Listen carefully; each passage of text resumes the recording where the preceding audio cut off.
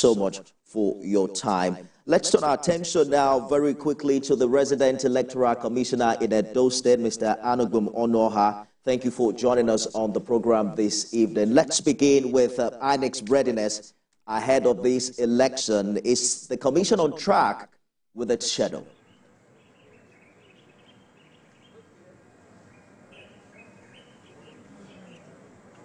Mr. Onoha, I'm asking if INEC is on track with its schedule for this election. Okay, yes, we're on track. You will recall that on the 26th day of September 2023, INEC published timetable and schedule of activities for the Edo governorship election. In that schedule, we had 13 of them, and we have executed 12 seamlessly, the remaining one, and that one will be done tomorrow. On our part, we have done trainings to equip our staff, adult staff. We have done training for electoral officers. We have done training for an engagement for the people with disability, so that nobody will be left alone. We want to conduct all-inclusive election. We've had meetings with the security agencies, and they promise us that they will be professional in their duty. On our part, we have also received material from the central bank, sensitive material. Before we did that, we invited all the political parties to inspect with us. So we had a joint inspection of with the political parties and the security agents. We opened it before them, and they were happy. They were happy with us that this time around, this election will be transparent. And all we did was to invite them again when we were distributing the material to the various local governments yesterday. And we have successfully distributed all the sensitive materials to the various local governments. Today, we started distributing it to the RAC Center. And the philosophy behind the RAC Center is that they are closer to the polling unit, so that by 8:30 tomorrow, we shall start. 8:30 tomorrow, we shall start. So the distribution of sensitive material to the various RAC centers are still ongoing. All right. Mr. Onoha, how is INEC addressing concerns about bad roads and weather conditions that can potentially affect logistics and voting time? Some of our reporters are saying it took them about 5 hours to reach some places, especially within Edo North. I don't want to talk about roads now, but we have made contingency plan where vehicle cannot access. We will use a motorcycle to go to that place. We have also hired speedboats for the riverine areas with life jackets. So you seem assured and confident that election materials will be deployed promptly to facilitate early voting tomorrow? Yes, I have told you. I told you that is the philosophy behind the RAC Center and Super RAC Center. They are closer. If we succeed in distributing the materials from the local government to the various RAC centers, then it's as good to go. So the rest assured how are you tomorrow? Yes? Please go ahead, Mr. Onoha. So the rest assured that if you go there 8:30 tomorrow, you can vote. And the assurance we are giving you is that their vote we can't, because our duty here is to implement the vision and the mandate of the commission. That is to conduct election that is free, fair, credible, and all-inclusive election. Their vote we surely count, I can assure you. Absolutely, Mr. Onoha. I'm just curious about how the Commission is addressing the dynamics around transportation with a hike in fuel price and challenges of fuel scarcity. We understand that the cost had to be reviewed at some point. Have all the transporters been settled now? Yes, we hired all the vehicles required for the logistics. They are on ground, and they are being accompanied by the security men to the various rack centers. How has INEC addressed the issue of voter apathy, given the historically low voter turnout in Edo State? It was below 30% in the last election, and 67% did not turn up in 2016. Well, I'm not sure that will be a voter apathy because Edo people are politically active. They know their rights and they know what to do. On our part, we have been so transparent in the system, right from the continuous voters registration. INEC has been transparent, and the people of Edo State came out en masse to register for the exercise. So there is not pessimistic at all that they will not come. I'm positive that they will come because the Edo people are educated and enlightened. Well, the PVC collection is at about 85%. We're hoping that that will impact an actual voter turnout.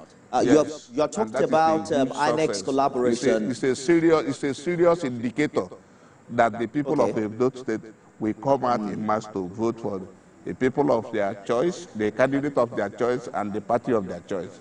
Our advice is that they should come out and vote, and that their vote will surely count. Let us get down to the business of electoral process and procedures tomorrow.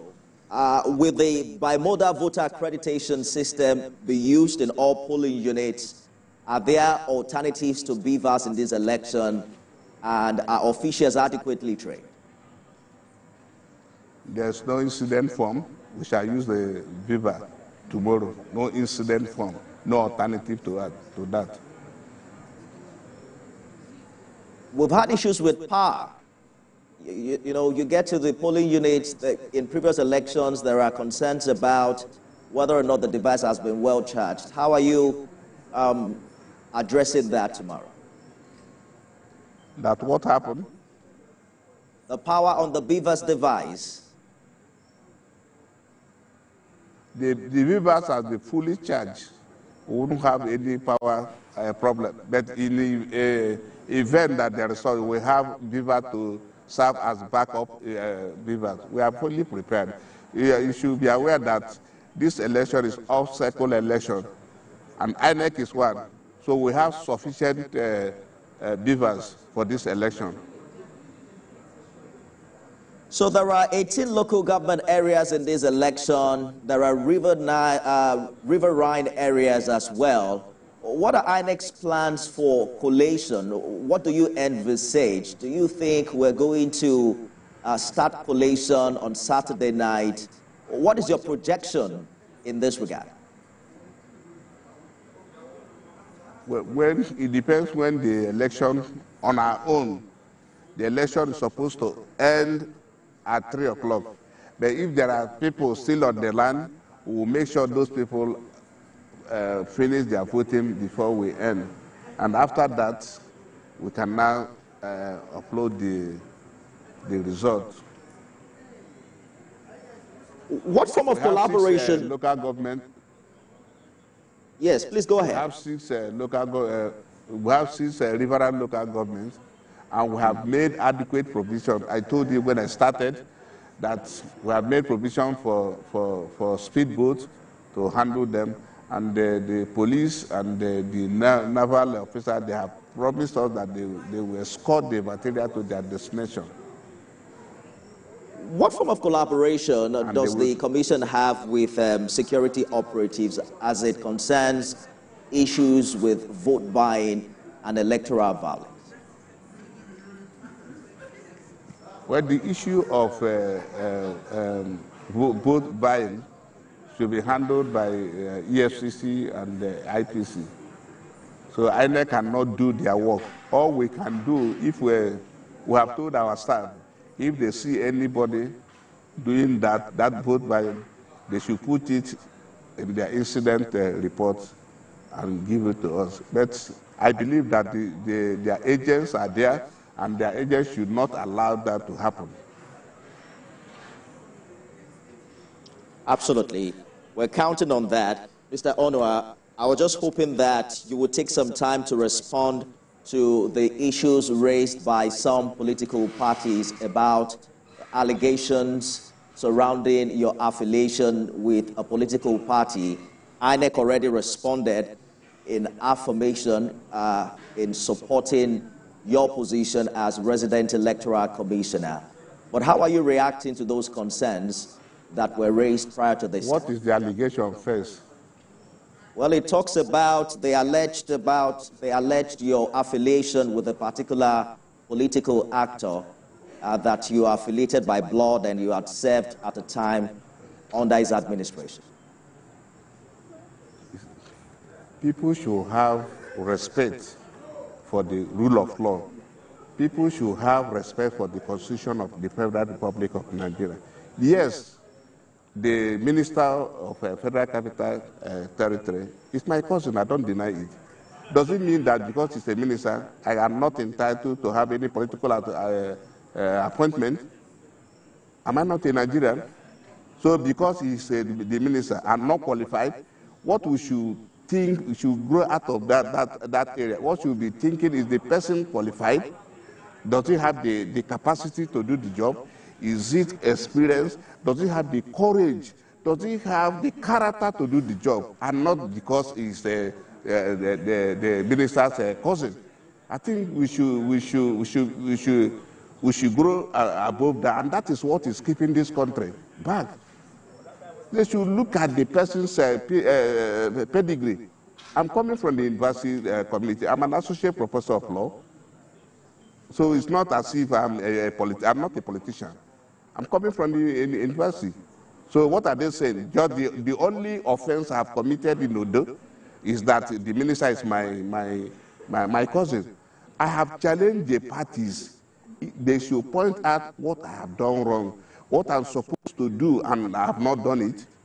They should let me know, and I will address on the issue. But on the issue of my affiliation with the minister, is that the offense?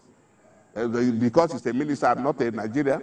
Because a minister, even when I'm qualified, I should not be given an appointment. Is there anybody that has been appointed in this country that wrote an exam for it? Is there anybody? People should disassociate themselves from such reasoning. It is mundane. It is mundane, and that is why we are saying where we are. Nobody talks about competence. Nobody talks about character of the person. Can he do this job? Does he have the capacity to do that? Let me also remind them on the issue who should do the work. What they are saying is not correct. I was screened by the Senate, and the Senate found me worthy. None of them raised this issue. I have said in Edo since last year till now, nobody. I have had several meetings with the political parties. Nobody has ever raised this issue. How come 3 or 4 days to the election? Of course, you can know. When he refused to do their bidding, what do you think they would do? All right. Mr. Onoha. Not even let me tell you, nobody can tell me to do what is wrong, because my name is at stake. My name is at stake. So nobody can do that. Nobody can do that. Instead of you to tell me what to do that is wrong, I would rather resign this appointment. I am a lecturer. So this is not the beginning and the end of my life. So because somebody is my cousin, the minister is my cousin, have I ever denied it? Is it a crime that you have relatives? You would have preferred that the minister wouldn't have had any brother or sister because he's the minister.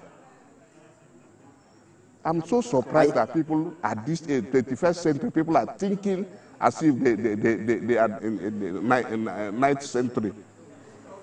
I hear you clearly, Mr. Onoha. I think that it's important that the voting public... competence. Yes. Talking about competence in exactly the point I'm making, that it's important that the voting public, have the assurances that INEC is committed to being an unbiased umpire in this election. Yes, my assurance is that INEC will conduct a free, fair, credible, and all-inclusive election. Election they can call their own. Election that is free from pity. That is the assurance I've given the people of Edo and the people of Nigeria. We are very much counting on that. All eyes on Edo State. They say it's the first off-cycle governorship election. This cannot be done by one person. We have domestic and international observers. We have the agents of the parties at the various units. We have 4,500 Mr. Onoha, units in there. No, I hear you clearly, they are just doing but I'm afraid we have completely... It begins and it's a process. And I want you... We have completely run out of time. Yes. And we're counting on the commitments that you have shared in this regard. They say it's the first off-cycle governorship election under this administration. We're also considering the litmus test to see how this administration will fare in that regard. Anukum Onoha is the resident electoral commissioner in Edo State. Thank you so much for talking to us. All eyes on Edo, everyone. We have our correspondents strategically located in Edo State covering this election and bringing us beat-by-beat analysis and updates on what's happening. We have our eyes in Edo, and you can count on TVC for all the updates as we count down to Saturday. I am Nifemi Oguntoye, and on behalf of everyone here, thank you for watching.